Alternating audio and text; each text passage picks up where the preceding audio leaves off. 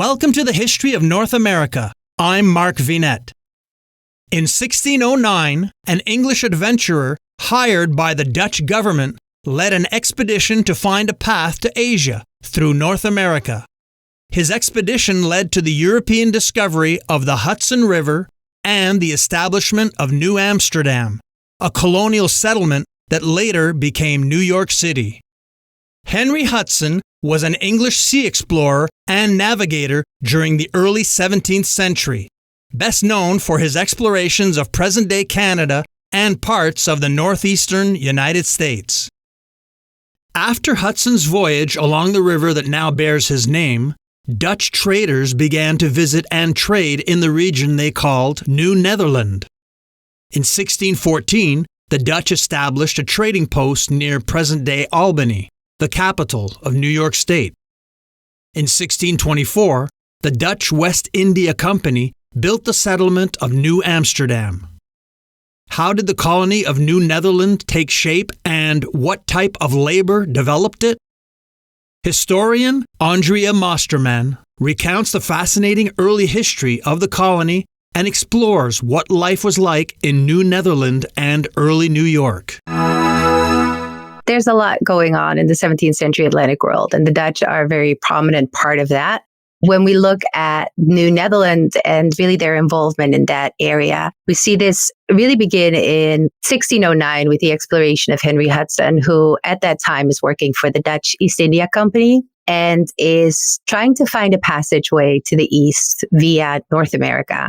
Now, he travels up the river that now holds his name, returns to the Netherlands, and with the information that he's returning to the Netherlands, there's a lot of interest in establishing commerce in that area, especially the fur trade. So we see that initially the Dutch are really establishing predominantly trade ports along what is now the Hudson River and trade with the indigenous people in that region. It's not until the Dutch West India Company takes over in the 1620s that we see a more concerted effort to actually colonize the region. And it becomes then not just an important trading colony, but also strategically, with it really being in between New England and Virginia. It's a very important colony in that sense, also for geopolitics, if you will. It's a place of trade. It also becomes an important place of cultivating various grains. It's a very fertile grounds. And they talk about this in the Netherlands too, and trying to promote the area. But especially during those early years, the fur trade is really what catches the attention of the Dutch and makes it a very valuable colony and very different also from the colonies more toward the south. Because of course, there you don't have the access to the same types of furs like the beaver pelts that become so important and popular as you would have in North America and the New York region. The Dutch, as do many Europeans at the time, they claim a vast area that really is what today would be New York, New Jersey. It really extends all the way to the Delaware, in fact. So it's a vast geographic area. Now, what's important to keep in mind, though, is that technically the Dutch don't actually control all that territory. And most of the settlements are really along the Hudson River. There's a settlement by the Delaware. There's a few other places, but it's not nearly as large as the area they claim to actually control. The main settlements are, of course, New Amsterdam, which founded in 1625 in the southernmost point of Manhattan. Western Long Island is an important Dutch region that the Dutch are increasingly colonizing. And then along the Hudson River, the area that is now Kingston, Wildwijk, became an important settlement. And of course, what today is Albany, New York, Fort Orange, and Beverwijk in the Dutch colonial period.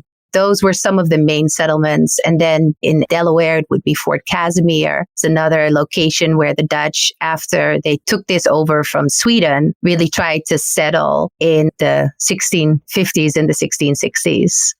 The Dutch West India Company was founded in 1621. It is appointed by the Staten-Generaal, the States General, to govern this colony. So it is in control over a lot of the legislative and political management of the area. Interestingly, New Netherland actually is combined with the islands in the Caribbean, the Dutch islands in the Caribbean. So the Director General of New Netherland, so for example, in the 1650s and 1660s, we see Peter de Stuyvesant very famously as the Director General or Governor of New Netherland. He is also in charge of Aruba, Bonaire, and Curacao. So they are one unit. And the Dutch West India Company then is the one who appoints such a Director General. They take care of a lot of the day-to-day business, and they have the council in the colony that is in charge of really managing the day-to-day happenings, if you will. There's a lot going on when it comes to the Dutch West India Company. It's really founded in part to gain Dutch control, to fight the war against the Spanish and Portuguese, to really, as a part of that, also expand the Dutch Empire. So one of the things that actually is part of the Dutch West India Company that's oftentimes forgotten is that they are supposed to also settle these areas, colonize territories. It's oftentimes portrayed as a predominantly commercial company. But that is not really the case. It's very much also created out of wartime efforts as a way to expand the Dutch Empire in the Atlantic world, kind of as a counterpoint to the Dutch East India Company in some ways. And this is where we see then that the colonization in New Netherland, and at some point it takes over Dutch Brazil, like it takes over Brazil from the Portuguese and names it Dutch Brazil or New Holland, Luanda in the 1640s, Elmina in I believe it was 1639. So it really also is focused on expanding. And that has to do with very much the competition and the continued war against the Spanish. There's some really interesting literature on that talks about this and how the Dutch envisioned themselves as, for example, in America, as freeing indigenous populations from the yoke of the Spanish as they had just freed themselves from Spanish control. So it really was very important, not just on a practical matter and how they approached this, but also how they really thought about expansion and colonization and their role in the Atlantic world. The Dutch are very actively involved in the transatlantic slave trade. But this is a gradual process, and it initially is predominantly through privateering, that the Dutch capturing ships that hold enslaved people on them, these predominantly would be Portuguese ships. And so much of it initially is just part of some of the other things that they're doing within the Atlantic, and perhaps even accidental in some cases. It's really when they capture Brazil that slavery becomes a more important and prominent role of the Dutch in the Atlantic world. And that expands after their capture of Elmina and especially Luanda, which at that time was known to actually export thousands of people from West Central Africa to the Americas and Brazil in particular.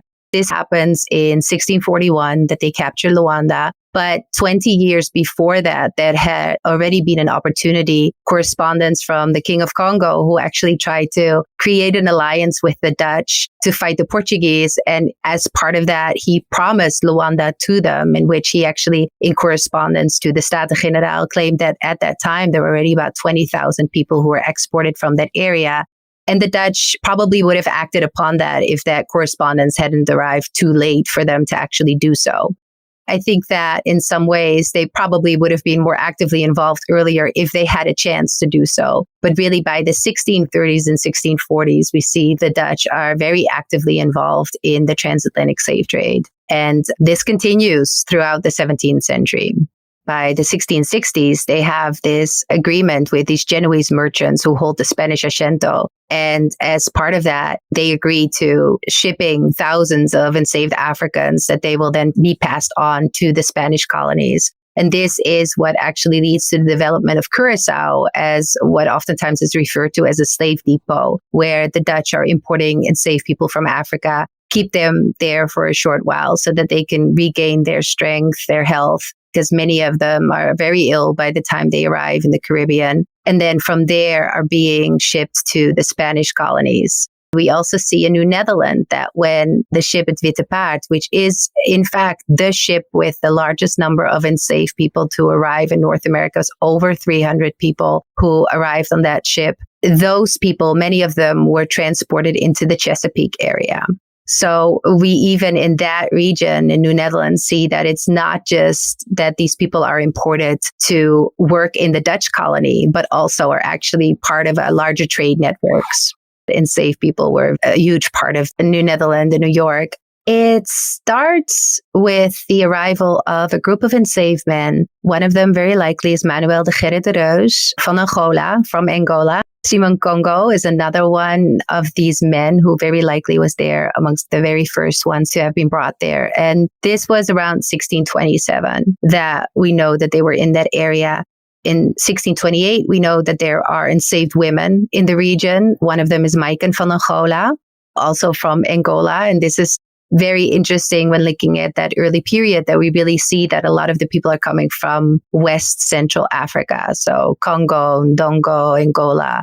They are the very first people to arrive in this area. They're all enslaved by the Dutch West India Company, and they labor for the Dutch West India Company. The population obviously increases over time, and there's also more individuals who over time are enslaving people. But predominantly, the enslaved population is working for the Dutch West India Company. When thinking about New Netherland and New York, as a Dutch person growing up in the Netherlands, I oftentimes heard the stories of how the Dutch used to own New York and how Petrus Stuyvesant was this amazing governor. And again, real pride in having been the first people to settle this area. What never was told was that enslaved people were a huge part of that. And that is something that I really did not learn until much later. Next time, we continue our exposé on the Dutch colony of New Amsterdam. Check out the YouTube version of this episode, which has accompanying images. I'm Mark Vinet, and I hope you're enjoying the ride.